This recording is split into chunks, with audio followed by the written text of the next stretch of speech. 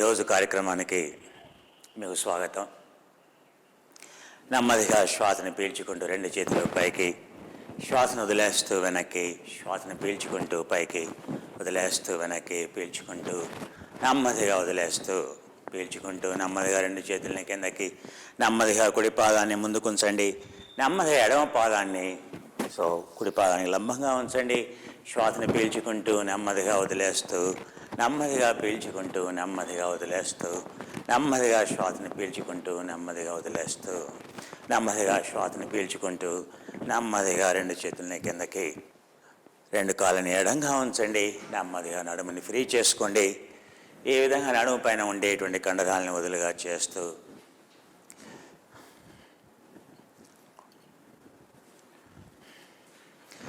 శ్వాసను పీల్చుకుంటూ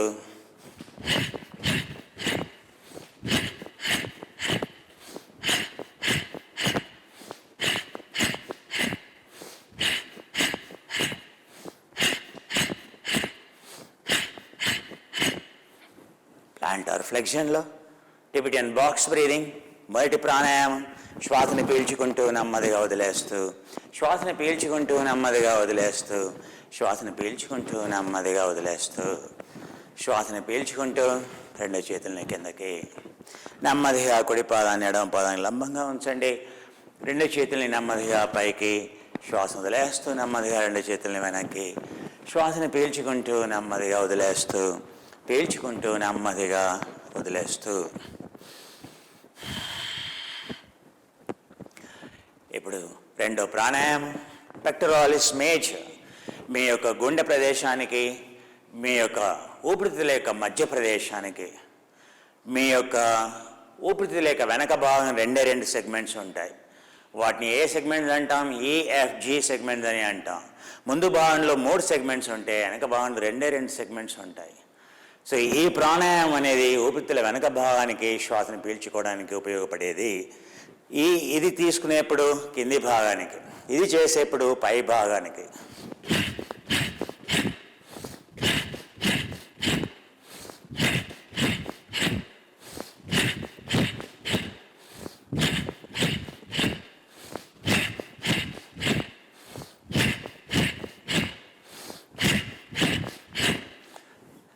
మీరు గమనించాల్సింది శ్వాస.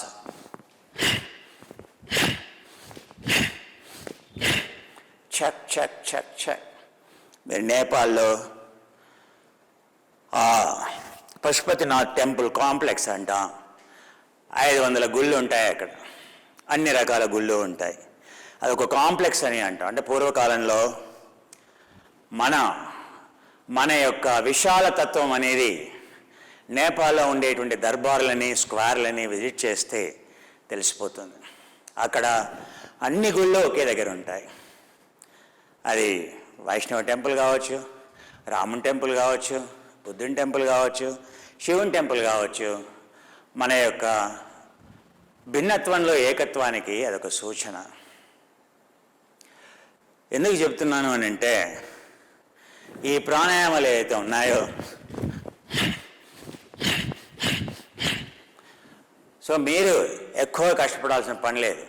ఆ పశుపతినాథ్ టెంపుల్ కాంప్లెక్స్లో మీరు వెళ్తూ ఉంటే, మీ వీధిలో వెళ్తూ ఉంటే ప్రాతకాలంలో మీకు మొత్తం ఒకే రితంలో శబ్దం వినిపిస్తుంది.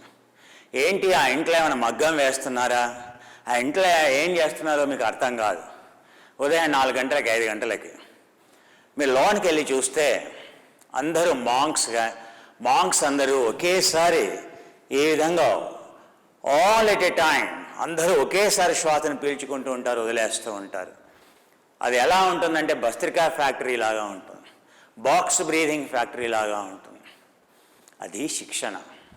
అందుకే ఆ శ్వాస వదిలేటువంటి విధానం చాలా ముఖ్యం. నేను చాలామందిని గమనిస్తూ ఉంటాను, ఆ భస్త్రిక కపాలభాతి ఆ శ్వాస పీల్చుకునే విధానం, వదిలేసే విధానం రాంగ్గా ఉంటుంది. అప్పుడు ఆ ఫోర్స్డ్ ఎగ్జలేషన్ వల్ల మీ ఊపిరితిత్తులు ఏవైతే ఆ లోపల ఉండేటువంటి 1.2 లీటర్స్ రెసిడ్యువల్ వాల్యూమ్ ఏదైతే ఉంటుందో, ఆ రెసిడ్యువల్ వాల్యూమ్ని చేంజ్ చేయడానికి మనం ఇది చేస్తున్నాం. ఆ 1.2 లీటర్స్ మనం రిప్లేస్ చేస్తే plus 4.8 litres, total 6 litres volume ఏదైతే ఉంటుందో అది నువ్వు కాన్స్టాంట్గా చేంజ్ చేస్తే లంగ్స్లో ఊపిరితిత్తుల్లో 6 లీటర్ల వాల్యూమ్ని పూర్తిగా చేంజ్ చేయాలి అని అంటే ఇది మాత్రమే విధానం. అప్పుడు మీ పూట అన్ని సమస్యలకి పరిష్కారం అది. అందుకే ఫోర్స్డ్ ఎగ్జలేషన్ అనేది, అందుకే దాని అంతర్గత ప్రాణ వ్యవస్థ అని అంటాం, ఇంటర్నల్ బ్రీదింగ్ టెక్నిక్ అని అంటాం. అంటే కణజాలం లోపలికి మన ప్రాణవాయువు పోవాలి అని అంటే, రక్తంలో ప్రాణవాయువు నింపాలి అని అంటే నెమ్మదిగా తీసుకునేటువంటి శ్వాసను పీల్చుకొని నెమ్మదిగా ఇలా వదిలేస్తూ పీల్చుకునేటువంటి శ్వాసలు. ఆ రక్తంలో నింపబడినటువంటి ప్రాణం కణజాలం లోపలికి వెళ్ళాలి అని అంటే అంతర్గత ప్రాణాయామాలని అంటాం. సో ప్రాణాయామాలు 2 రకాలు. సో బహిర్శ్వాస ప్రాణాయామాలు అంటే బహిర్గత శ్వాస వ్యవస్థకి సంబంధించినటువంటి ప్రాణాయామాలు. ఆ తర్వాత కణజాలం లోపలికి వెళ్ళేటువంటి ప్రాణాయామాలు. కణజాలం లోపలికి అంటే రక్తంలో మనం ప్రాణాన్ని నింపాం ఎండ్యూరెన్స్ వల్ల, సృష్టి క్రమం వల్ల. ఆ రక్షణ క్రమంలో ఏం చేయాలి, మనం ఆ యొక్క ప్రాణవాయువుని ఆ రక్తంలో నుండి కణజాలం లోపలికి పంపించాలి. అంటే ఆ రిసెప్టార్స్ని ఓపెన్ చేయాలి. ఓపెన్ చేయాలి అని అంటే ఒకటి సెల్ పొటెన్షియల్ ఎలక్ట్రిసిటీ ఉండాలి, 2 ఆస్మాటిక్ గ్రేడియంట్ అని అంటాం. అంటే కణజాలం లోపల తక్కువ ప్రెషర్, కణజాలం బయట ఎక్కువ ప్రెషర్ ఉన్నప్పుడే ఇది లోపలికి వెళ్తుంది. ఈ సెల్ పొటెన్షియల్ తేడా అయినప్పుడు కణజాలం లోపల ఉండేది బయటకు వస్తుంది, బయట ఉండేటువంటి మాలిన్యం అంతా లోపలికి వెళ్తుంది. కణజాలం బయట ఉండే వ్యవస్థ అంతా మాలిన్యం కణజాలం లోపలి వ్యవస్థతో పోలిస్తే.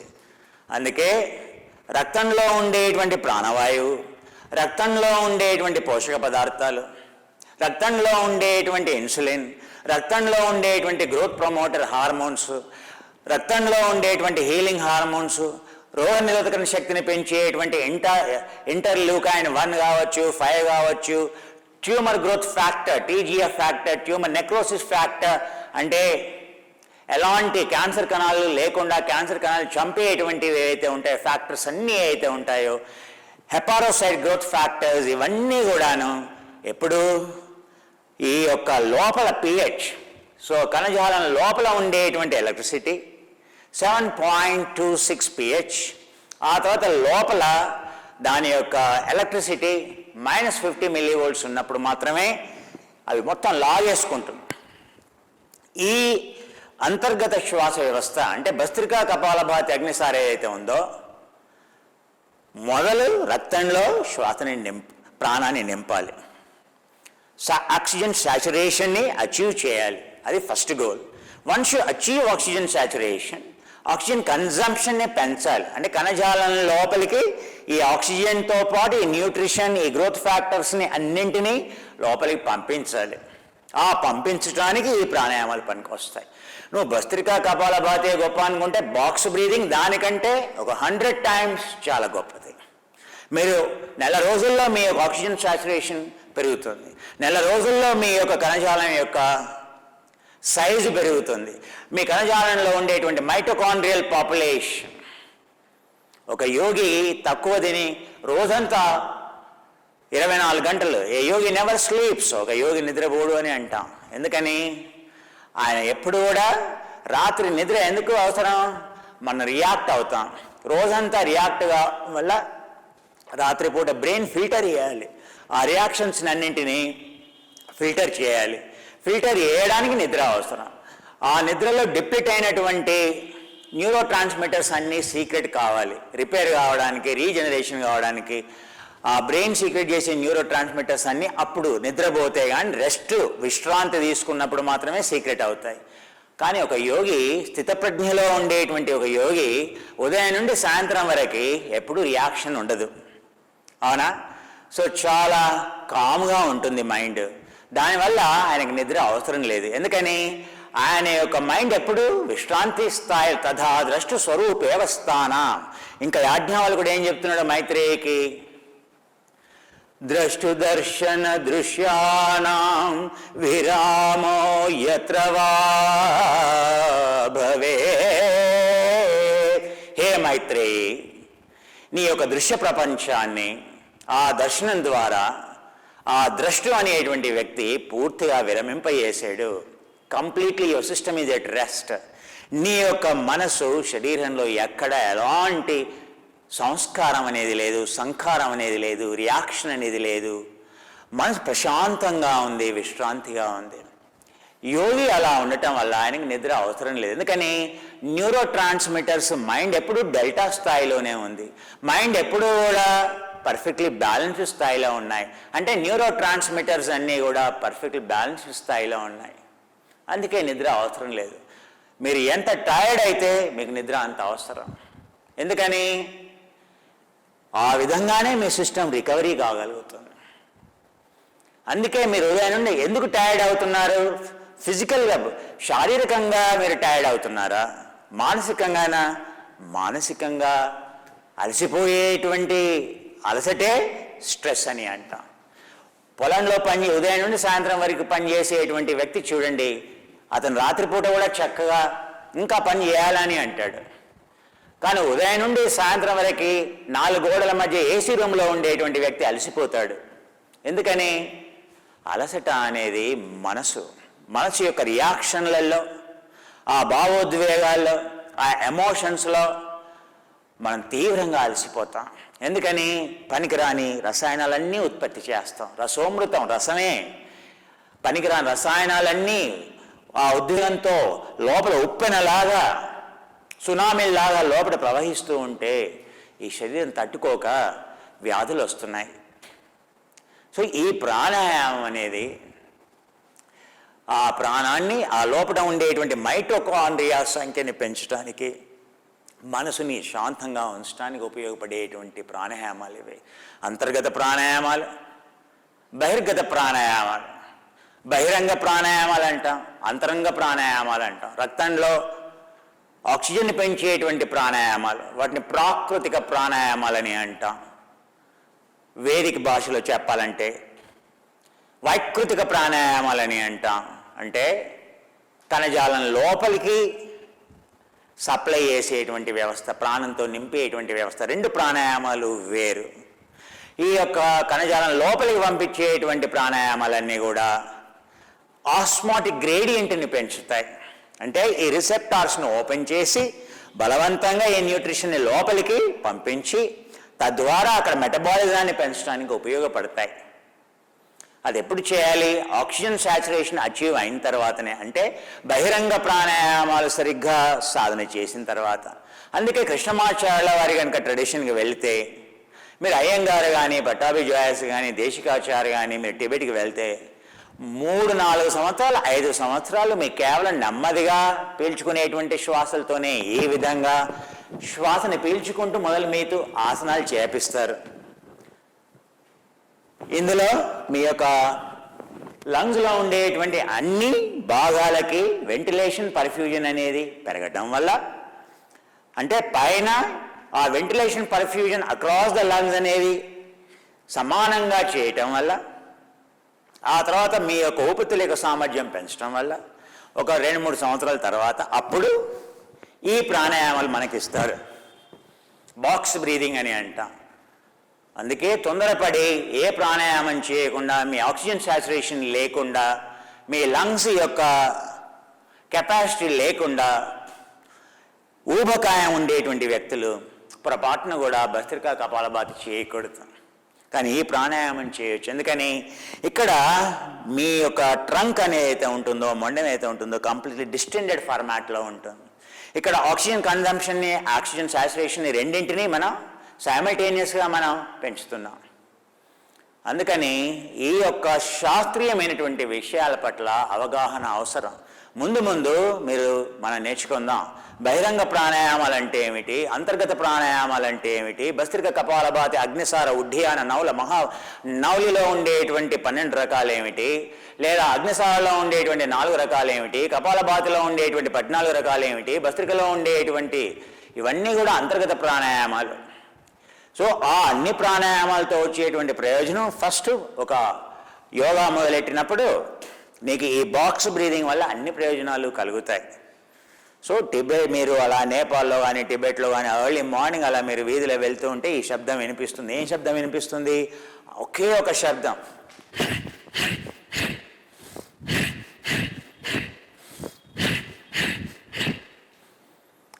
శబ్దం వస్తుందా లేదా? మీరు ప్రాణాయామం చేస్తున్నప్పుడు ఆ శబ్దం వస్తుందా లేదా? మీ శబ్దాన్ని బట్టే మీరు ప్రాణాయామం సరిగ్గా చేస్తున్నారా లేదా అనేటువంటి విషయం. ఆ శబ్దాన్ని బట్టే మీ ఊపిరితిత్తులు చక్కగా పనిచేస్తున్నాయా లేవా అనేటువంటి విషయం. ఆ శబ్దాన్ని బట్టే మీ ఊపిరితిత్తుల శ్వాస వ్యవస్థకు సంబంధించినటువంటి ఏమైనా వ్యాధులు ఉన్నాయా అనేటువంటి విషయం తెలిసిపోతుంది. డాక్టర్ లాగా స్టెథోస్కోప్ పెట్టి ఇక్కడ పెట్టి, అమ్మా శ్వాస పీల్చుకో, అమ్మా ఇక్కడ పెట్టు, స్టెథోస్కోప్ ఇక్కడ పెట్టేసి అమ్మా శ్వాసను పీల్చుకో. ఏం గమనిస్తున్నాడు? మీ లంగ్స్లో ఏమైనా డిపాజిషన్ ఆఫ్ ద లిక్విడ్ ఉందా? మీ లంగ్స్లో ఏమైనా నాయిస్ వస్తుందా? మీకు వినపడదు. ఆ స్టెథోస్కోపు లోపల ఎక్కడ కొంచెం డిపాజిట్ ఉన్నా కూడా పసిగడుతుంది. మీ ప్రాణాయామం చేస్తే నేను వింటే చాలు, మీకు వెంటనే నేను చెప్పేస్తాను మీ యొక్క మీరు చేయడానికి అర్హత ఉందా లేదా అనేటువంటి విషయం. యోగా అనేది ద్రష్ట, అబ్జర్వ్.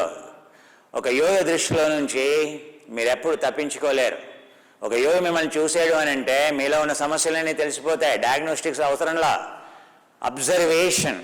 సో ఇలా ప్రాక్టీస్ చేస్తూ చేస్తూ చేస్తూ సో చూడగానే తెలిసిపోతుంది. నీ శ్వాసను బట్టి తెలిసిపోతుంది, నీ యొక్క ఆసనాన్ని బట్టి, నువ్వు చేసేటువంటి విధానాన్ని బట్టి, నీ చెయ్యి మూవ్ అయ్యేటువంటి విధానాన్ని బట్టి నువ్వు యోగా చేసేవాళ్ళే తెలిసిపోతుంది, నువ్వు యోగా కరెక్ట్గా చేసేవాళ్ళే తెలిసిపోతుంది, నువ్వు యోగా ఎక్కడ నేర్చుకున్నావో కూడా తెలిసిపోతుంది. అన్నం ఉడికిందా లేదా అనడానికి ఒక మెతుకు చాలు, అవునా? ఒక యోగి ముందు, అవునా? సో నేను శిక్షణ పొందినటువంటి టీచర్లు, ఒకరిని మించినటువంటి ఒకరు నిష్ణాతులు, వాళ్ళని కనుక మీరు గమనించిన స్వామి రమ లాంటి వాడిని గమనిస్తే, స్వామి రమ తర్వాత సత్యానంద సరస్వతిని గమనిస్తే, ఆ తర్వాత అయ్యంగారి గారిని గమనిస్తే, ఆ తర్వాత పట్టాభిజయ గారిని గమనిస్తే, ఆ తర్వాత దేశికాచార్యని గమనిస్తే, వీళ్ళందరికంటే కృష్ణమాచార్యని గమనిస్తే, ఆ కృష్ణమాచార్యుల వారిని గమనిస్తే మీకు వెంటనే తెలిసిపోతుంది. అంతా గురువుల దగ్గర, ఒక సర్జన్ దగ్గర ట్రైనింగ్ పొందితేనే వైద్యుడికి ఆపరేషన్లో ఉండేటువంటి మెలకువలు తెలుస్తాయి. అందుకే గురువుని ఎంచుకోవడంలో చాలా జాగ్రత్త వహించమని చెప్పారు, అవునా? సో ఆ గురువు స్కిల్ ఉందా లేదా? అతను ఐఐటి, స్టాన్ఫోర్డ్, హార్వర్డ్లో ట్రైనింగ్ పొందాడా లేదా? పూర్వాశ్రమాల్లో ట్రైనింగ్ పొందాడా లేదా? ఆపి గురుకాలైన వచ్చేదా అనేటువంటి విషయం ఎందుకయ్యానంటే, నీ గురువు నిన్ను గమనించగానే చెప్పగలగాలి నీలో ఉండేటువంటి లోపం ఏంటి. అప్పుడే కదా అతను సరి చేయగలిగేది, నిన్ను సరి అయిన మార్గంలో పెట్టేది. శ్వాస గురించి చెప్తున్నాను. చాలామంది నేను చూస్తాను, అన్నీ బండలే, అన్నీ తప్పులే, అవునా? ఇంకా అదేదో మురిప చేసేననేటువంటి భ్రమలో ఉన్నావు తప్పితే దానివల్ల ఒరిగేదేమీ లేదు, ఏ వ్యాధి పోదు. సో ఈ యొక్క బాక్స్ బ్రీదింగ్ అనేది పర్ఫెక్ట్గా చేయాలి. నేను ఇలా అన్నప్పుడు నా చేతులు ఎక్కడికి వెళ్తున్నాయి, ఎలా జంప్ చేస్తున్నాను, నా పాదాలు ఎలా లేస్తున్నాయి, పాదాలు ఎలా పెడుతున్నాయి, నా చేతులు ఎలా కొట్టుకుంటున్నాయి, నా చేతులు ఎలా ముందుకెళ్తున్నాయి, నా చేతులు ఎలా లాగుతున్నాను గమనించడానికి చాలా చాలా విషయాలు ఉన్నాయి. అందుకే ఒక విద్యార్థి టీచర్ని మీరు ఆ యూట్యూబ్లో అదే పనిగా చూస్తూ ఉండాలి, ప్రతి ఒక్క భాగాన్ని చూస్తూ ఉండాలి. సో ఆ గమనించడం ద్వారా మీకు అందులో ఉండేటువంటి యుక్తి తెలుస్తుంది. ప్రతి చిన్న విషయం చాలా ముఖ్యమైన. ఇప్పుడు మూడో ప్రాణాయామం. సో మొదలు ఈ ప్రాణాయామం చేసాం, ఇప్పుడు ఈ ప్రాణాయామం చేసాం, ఇప్పుడు ఈ ప్రాణాయామం అంటే clavicular, intercostal muscles, extrinsic intrinsic muscles, diaphragmatic muscles. మీరు శ్వాస పీల్చుకున్నప్పుడు ఊపిరితిత్తులు ఉరపంజరం మూమెంట్కి ఆపోజిట్గా ఊపిరితిత్తుల మూమెంట్ ఉంటుంది. బాగా గుర్తుపెట్టుకోండి, రెండు ఒకే మోషన్లో ఉండవు. అదే గొప్పతనం. అందుకే భస్త్రికా ప్రాణాయామం, అనుసార భస్త్రిక ప్రాణాయామం, అనుక్రమ భస్త్రిక ప్రాణాయామం చేసినప్పుడు రిబ్ కేజీని, మీ ఉరపంజరాన్ని పైకి లేపి కిందికి దింపుతూ ఉంటాం. ఈ టిబిటియన్ బాక్స్ బ్రీదింగ్లో అది ఆటోమేటిక్. ఎందుకు లేస్తున్నాం? మీ ఉరపంజరం కూడా లేస్తుంది, ఉరపంజరం పైకి లేస్తుంది, మీ లంగ్స్ కిందికి నెట్టబడుతున్నాయి. అప్పుడు ఆ లంగ్స్ని ఆ ఊపిరితిత్తుల చుట్టూ ఆవరించబడినటువంటి లిక్విడ్ ఉంటుంది. ఆ లిక్విడే చాలా ముఖ్యం. ఆ సొల్యూషన్ ఏదైతే ఉందో, ఆ ద్రావణం ఏదైతే ఉంటుందో, ఆ ద్రావణం అనేది ఫాస్ఫోలిపిడ్స్తో తయారు చేయబడినటువంటి ద్రావణం. ఆ ద్రావణం వల్లనే నెగిటివ్ వాయిడ్ కోఎఫిషియంట్ అని అంటాం. అంటే శ్వాసని వాక్యూమ్ ద్వారా పీల్చుకోగలుగుతున్నాం. ఆ పీల్చుకోవడానికి వాక్యూమ్ పంప్ పనిచేస్తుంది. లంగ్స్ చుట్టూ ఉండేటువంటి ఆ ద్రావణం నెగిటివ్ వాయిడ్ కోఎఫిషియంట్ని క్రియేట్ చేస్తుంది. ఆ నెగిటివ్ వాయిడ్ కోఎఫిషియంట్ సరిగ్గా ఉంటే నువ్వు ఊపిరితిత్తుల నిండా గాలి పీల్చుకుంటావు. ఆ కోఎఫిషియంట్ సరిగ్గా లేదు, ఆ లిక్విడ్ యొక్క కోఎఫిషియంట్ సరిగ్గా లేదు, నువ్వు గాలిని పీల్చుకోలేవు. అప్పుడు జబ్బులు వస్తాయి. సో ఇవన్నీ కూడా ఎందుకు? నీ యొక్క లంగ్స్ని లుబ్రికేట్ చేయడం కోసం, ఆ ద్రావణాన్ని సర్క్యులేషన్లో ఉంచడం కోసం, ఆ ద్రావణాన్ని ప్యూరిఫై చేయటం కోసం, నీ యొక్క ఊపిరితిత్తుల్లో ఉండేటువంటి చిన్న చిన్న గాలి సంచులు అయితే ఉన్నాయో, ఆల్వియోలు అయితే ఉన్నాయో, అవన్నీ కూడా ఈ లిక్విడ్తో ఉంటాయి. ఆ లిక్విడ్ని ఏం చేయాలి మనం? సో ఆ లిక్విడ్ని సర్క్యులేట్ చేస్తూ ఉండాలి. అప్పుడే ఆక్సిజన్ ఎక్స్చేంజ్ అనేది బ్లడ్లో నుంచి ఎక్స్చేంజ్ ఈజీగా అవుతుంది. ఇది చాలా ముఖ్యం. అందుకే ప్రాణాయామం అంటే రెస్పిరేటరీ సిస్టమ్, మీ శ్వాస వ్యవస్థమైన బహిరంగ శ్వాస వ్యవస్థ ఏమిటి, అంతర్గత శ్వాస వ్యవస్థ ఏమిటి, ఎక్స్టర్నల్ రెస్పిరేటరీ సిస్టమ్ అంటే ఏమిటి, ఇంటర్నల్ రెస్పిరేటరీ సిస్టమ్ అంటే ఏమిటి, ఒక డాక్టర్కి తెలుసు. డాక్టర్ కూడా ఎప్పుడో ఫస్ట్ ఇయర్ చదువుకున్నాడు అనాటమీ. ఒక పల్మనాలజిస్ట్ అంటే అఫ్కోర్స్ ఉదయం నుండి సాయంత్రం వరకు అదే చదవాలి. ఒక యోగి ఉదయం నుండి సాయంత్రం వరకు శ్వాస వ్యవస్థ గురించే, మొత్తం అన్ని కోశాల్లో మనం పనిచేస్తే ప్రాణాయామమే, మొత్తం స్పిరిచువాలిటీ అంతా ప్రాణాయామమే. Zero consumption of oxygen. అవగాహన లేకుండా ఊరికే రాదు కదా, ఎంత అవగాహన ఉండాలి ప్రాణాయామం పట్ల. అందుకే కృష్ణమాచార్యుల వారు కానీ అయ్యంగారు కానీ తొందరపడి ప్రాణాయామాలు నేర్పించరు. బాగా గుర్తుపెట్టుకోండి, ఎవరికైతే యోగా పట్ల సరి అయినటువంటి అవగాహన లేదో వాళ్ళు మాత్రమే ఆసనాలు నేర్పించకుండా ప్రాణాయామాలు నేర్పిస్తారు. బహిరంగ శ్వాస వ్యవస్థని పుష్టిగా చేయకుండా ప్రాణాయామాలు నేర్పించకూడదు.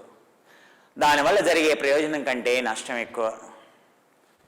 మీరు ఏ పుస్తకం చదవండి, ప్రతి గరుడ సంహిత చదవండి, గరుడ సంహితలో ఉండేటువంటి ప్రతి ఒక్క ప్రాణాయామానికి విధిగా రాసి ఉంటుంది.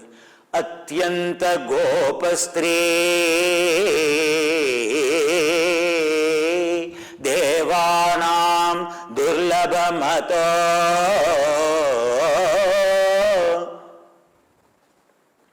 అది దేవతలకు కూడా దొరకనటువంటి, అది రహస్యంగా గోప్యంగా ఉంచబడినటువంటి రహస్యం అని చెబుతుంది. ప్రతి శ్లోకానికి చెబుతుంది. ఎందుకని రహస్యమయ్యా?